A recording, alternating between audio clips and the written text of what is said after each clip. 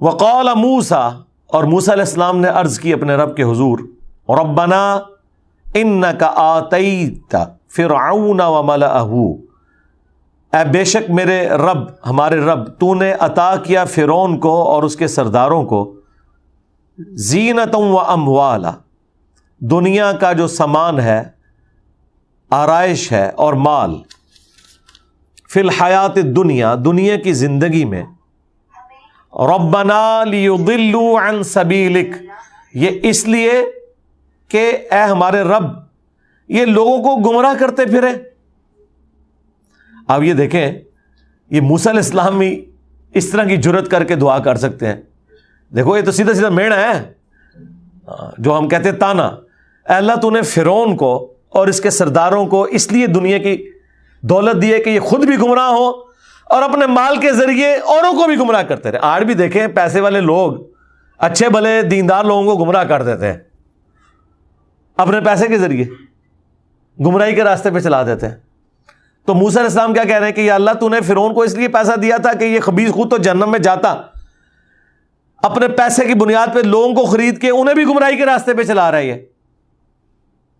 ربنا اطمس علی اموالہم، اے اللہ برباد کر دے ان کے اس مال کو، واشدد علی قلوبہم، اور سخت کر دے ان کے دلوں کو، فلا یؤمنوا، یہ کبھی بھی ایمان نہ لے کر آئیں، حتی یروا العذاب العلیم، یہاں تک کہ دردناک عذاب ان پر آ جائے۔ اب ان کے دلوں پہ ایسی مور لگا، یعنی موسیٰ علیہ السلام اتنی تبلیغ کرنے کے بعد اب ان کا، جس کے کہتے ہیں نا، وہ ہم اپنی زبان میں کہتے ہیں نا کہ پارا جو ہے وہ ہائر پوزیشن پہ پہنچ گیا ہے، آپ کا جلال اور غصہ ہائر پوزیشن پہ ہے کہ یا اللہ اب میری بھی یہ خواہش نہیں ہے کہ یہ ایمان لے کر آئے، یہ نہ ہو کہ این ٹائم پہ یہ کلمہ پڑھ لیں اور جو انہوں نے ہمیں اتنی تکلیفیں دی ہیں وہ معاف ہو جائیں۔ اب یہ اتنی دیدہ دلیری کے ساتھ حضرت موسیٰ علیہ السلام بھی دعا کر سکتے ہیں کہ اللہ ان کے مال بھی برباد کر دے، ان کے دلوں کو سخت کر دے، یعنی اب یہ پوائنٹ آف نو ریٹرن پہ پہنچ جائے، اب ہم اپنی آنکھوں سے ان کا عذاب ہی دیکھنا چاہتے ہیں، اللہ انہیں کبھی ہدایت نہ دے۔ یہ موسیٰ علیہ السلام کا ایک اپنا مزاج تھا، لیکن اس کے اگینسٹ آپ اگر رسول اللہ صلی اللہ علیہ وآلہ وسلم کا ایٹیچیوڈ دیکھیں تو وہ بالکل ڈیفرنٹ ہوا کرتا تھا۔ آپ ہمیشہ معافی کی روش اختیار کرتے تھے آخری وقت تک۔ آپ نے اگر کہیں قنوت نازلہ بھی پڑھی ہے تو اس وقت پڑھی ہے جب آپ کے ساتھیوں کو ظلماً شہید کیا گیا۔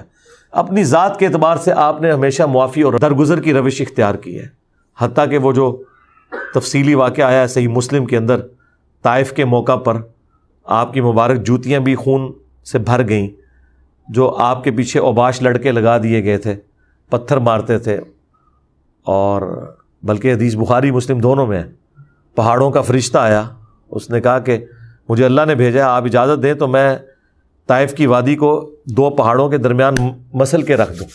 آپ نے فرمایا کہ ہو سکتا ہے ان کی آنے والی نسلیں اسلام قبول کر لیں، ٹھیک ہے، اگر یہ نہیں قبول کر رہے تو مجھے ان سے بھی امید ہے۔ آپ نے اللہ تعالیٰ کی طرف سے آئی ہوئی وہ پیشکش بھی ٹھکرا دی۔ ظاہر ہے فرشتے خود سے تو نہیں آتے، وہ اللہ نے بھیجے تھے۔ آپ کی رحمت کا ظہور پھر اس طرح ہوا ہے کہ دیکھیں وہ بنو ثقیف جس نے رسول اللہ کو اتنی تکلیف دی تھی، اس نے اسلام بھی قبول کیا، اور اسی بنو ثقیف کے اندر ہی ابو عبیدہ ثقفی، وہ صحابی اتنے بڑے جو پرشینز کے خلاف لڑتے ہوئے ہاتھی کے نیچے آ کے شہید ہوئے، اور عراق کا کافی حصہ انہی کے ذریعے فتح ہوا، اور پھر ان کا بیٹا مختار بن ابو عبیدہ ثقفی، اس نے قاتلین حسین سے انتقام لیا، وہ بنو ثقیف سے ہی تھا۔ تو آپ دیکھیں اگر نبی علیہ السلام اس وقت وہ آفر قبول کر لیتے تو بنو ثقیف ختم ہو جاتے، جہنم میں چلے جاتے، لیکن اللہ نے ان کی آنے والی نسلوں کی قسمت میں جنت لکھی ہوئی تھی۔ تو جب موسیٰ علیہ السلام نے یہ دعا کی نا کہ یا اللہ نہ اب انہیں ہدایت ملے، ان کے دلوں کے اوپر مور لگا دے، ان کا مال برباد کر دے، اب بس عذاب ہی یہ دیکھیں۔ قال قد اجیبت دعوتکما، تو اللہ تعالیٰ نے کہا کہ میں نے تم دونوں کی دعا قبول کر لی ہے بھائی، موسیٰ اور ہارون، تم نے جو مانگا تھا گرانٹیڈ، فاستقیما، لیکن اب تم نے بھی ثابت قدم رہنا ہے.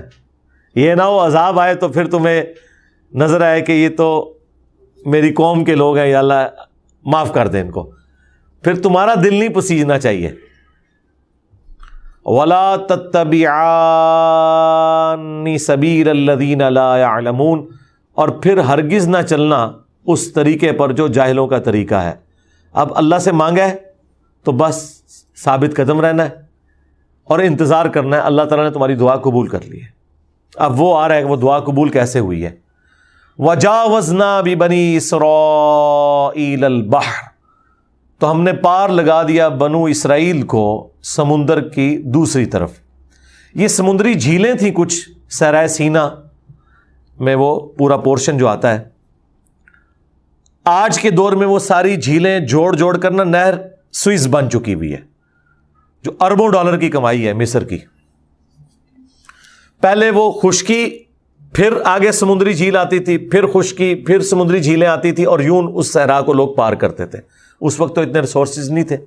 یہ تو گوروں نے نہر سوئس بنائی. جب سلطنت عثمانیہ سے مصر ان کے قبضے میں آ گیا تو پھر انہوں نے وہ نہر سوئس بنا کے، ورنہ آپ کو پتہ ہے پہلے جب تجارت ہوتی تھی نا، پورے کا پورا جو براعظم افریقہ ہے نا، وہ گھوم کے تو اس طرف لوگ آتے تھے. جو کئی مہینوں کا سفر تھا وہ چند گھنٹوں کا سفر بن گیا ہے نہر سوئس کی وجہ سے. آپ ذرا نقشے میں جا کے دیکھیں تو انہی میں سے ایک سمندری جھیل تھی جو کراس کی تھی بنو اسرائیل نے. فَأَتْبَعَهُمْ فِرْعَوْنُ وَجُنُودُهُ بَغْيًا وَعَدْوًا، تو فرعونیوں نے بھی اور ان کے لشکر نے بغاوت اور سرکشی اور دشمنی نبھانے کے لیے ان کی پیروی کی. میرا خیال ہے جب وہ دیکھ رہے تھے کہ حضرت موسیٰ علیہ السلام کے عصا سے سمندر میں راستہ بن گیا، تو کیا یہ اتنا بڑا معجزہ ایمان لانے کے لیے کافی نہیں تھا؟ مجھے آپ خود بتائیں. اور اس سے بڑھ کر ان کی مت ماری گئی کہ جس موسیٰ نے یہ عصا پھینک کر راستہ بنایا ہے سمندر میں، اگر ہم ان کے پیچھے جائیں تو اللہ تعالیٰ ان کے ذریعے یہ بھی معجزہ ظاہر کر سکتا ہے کہ یہ سمندر دوبارہ سے مل جائے اور ہم غرق ہو جائیں. اس طرح ان کا دماغ ہی نہیں گیا. ورنہ میرے جا وہمی بندہ ہوئے نا تو مت دبے کہ یار تیرا دماغ کام کرتا ہے. لیکن وہی بات جو اوپر آئی کہ اللہ تعالیٰ نے ان کے دلوں پر مہر لگا دی تھی. جب اللہ نے مہر لگائی ہے ان کے دماغ میں بھی یہ بات نہیں آئی ہے. حالانکہ یہ کامن سینس کی بات تھی. ایمان بھی لا سکتے تھے، چلو ایمان نہیں لائے، کم از کم یہ بیوقوفی تو نہ کرو کہ پیچھے چل پڑو. تو اللہ تعالیٰ کہہ رہا ہے وہ اپنی اسی سرکشی میں اور بغاوت میں وہ بنی اسرائیل کے پیچھے، وہ جو 6 لاکھ کا لشکر تھا، 50 ہزار کے آلموسٹ 12 قبائل تھے. حضرت یعقوب علیہ السلام کے 12 بیٹوں کی اولاد، اسے بنو اسرائیل کہا جاتا ہے. تو وہ پیچھے ان کے ہو لیے. حتی اذا ادرکہ الغرق، یہاں تک کہ جب وہ ڈوبنے لگا. وہ تو پھر قرآن میں آتا ہے نا، دونوں طرف بڑی بڑی موجیں ایسے پہاڑوں کی مانند اکٹھی ہو گئیں، اور وہ راستہ جب بنا، جب وہ سینٹر میں پہنچے تو بنو اسرائیل تو پار پہنچ چکے تھے، تھوڑا سا گیپ تھا اس کے درمیان، اور جیسے ہی آخری بندہ دوسری طرف لگا تو یہ دونوں سمندروں کے پہاڑ آپس میں مل گئے اور وہ غرق ہو گئے. جب وہ غرق ہونے کے قریب تھا، جب آخری غوطہ اسے لگنے والا تھا، قال آمنت انہ لا الہ الا الذی آمنت بہ بنو اسرائیل، تو وہ کہنے لگا کہ میں ایمان لے کر آتا ہوں سوائے اس ہستی کے کہ جس پر بنو اسرائیل ایمان لائے ہوئے ہیں کوئی معبود نہیں ہے. اللہ کا نام پھر بھی اس کی زبان پہ نہیں آیا. اس نے شارٹ کٹ کیا کہ شاید کوئی چھٹکارا ہو جائے کہ بھئی اس رب کو میں مانتا ہوں جو بنی اسرائیل کا رب ہے. وَأَنَا مِنَ الْمُسْلِمِينَ، اور میں سر تسلیم خم کرنے والوں میں شامل ہوتا ہوں، میں مسلم ہوتا ہوں، اسلام لاتا ہوں. لیکن وہی بات ہے کہ موت کا غرغرہ جب آ جائے تو پھر توبہ قبول نہیں ہے. وہ جامع ترمذی میں واضح حدیث ہے کہ موت کے غرغرے سے پہلے توبہ قبول ہے. اب یہ موت اس نے سامنے دیکھ لی تھی تو اللہ تعالیٰ نے اس کے جواب میں فرمایا الآن، کیا اب ایمان لے کر آئے گا؟ وقد عصیت قبل، جبکہ اس سے پہلے تو بڑا گنہگار تھا، مجرم تھا، وَكُنْتَ مِنَ الْمُفْسِدِينَ، اور تو فتنہ پھیلانے والوں میں، فساد کرنے والوں میں شامل تھا۔ اب سب کچھ سامنے دیکھ کر ایمان لا رہا ہے، کوئی فائدہ نہیں۔ فَالْيَوْمَ نُنَجِّيكَ بِبَدَنِكَ، تو آج کے دن ہم تیرے جسم کو نجات دیں گے، لِتَكُونَ لِمَنْ خَلْفَكَ آیَةً، تاکہ تو بعد میں آنے والوں کے لیے ایک نشانی بن جائے۔ وَإِنَّ كَثِيرًا مِّنَ النَّاسِ عَنْ آيَاتِنَا لَغَافِلُونَ، اور بے شک لوگوں کی اکثریت اللہ تعالیٰ کی نشانیوں سے غفلت برتتی ہے۔ حق قبول کرنے والے ہمیشہ تھوڑے لوگ ہی ہوتے ہیں۔ یہ پھر جسم اللہ تعالیٰ نے باقی رکھا، وہ کافی عرصہ تک تو غائب رہا،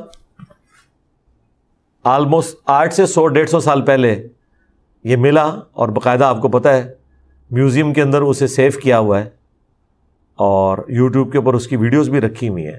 اور قرآن کا زندہ معجزہ جو 1200 سال تک قرآن کے نزول کے بعد سے لے کر 1200 سال تک تو لوگوں کی آنکھوں سے اوجھل تھا کہ وہ لاش کدھر گئی۔ مثلا اگر آپ صحابہ سے پوچھتے، تابعین، تبع تابعین سے، کہ جی قرآن تو کہہ رہا ہے کہ ہم نے فرعون کے جسم کو نجات دے دی ہے تاکہ آنے والے لوگوں کے لیے نشانی ٹھہرے، تو وہ جسم کدھر ہے؟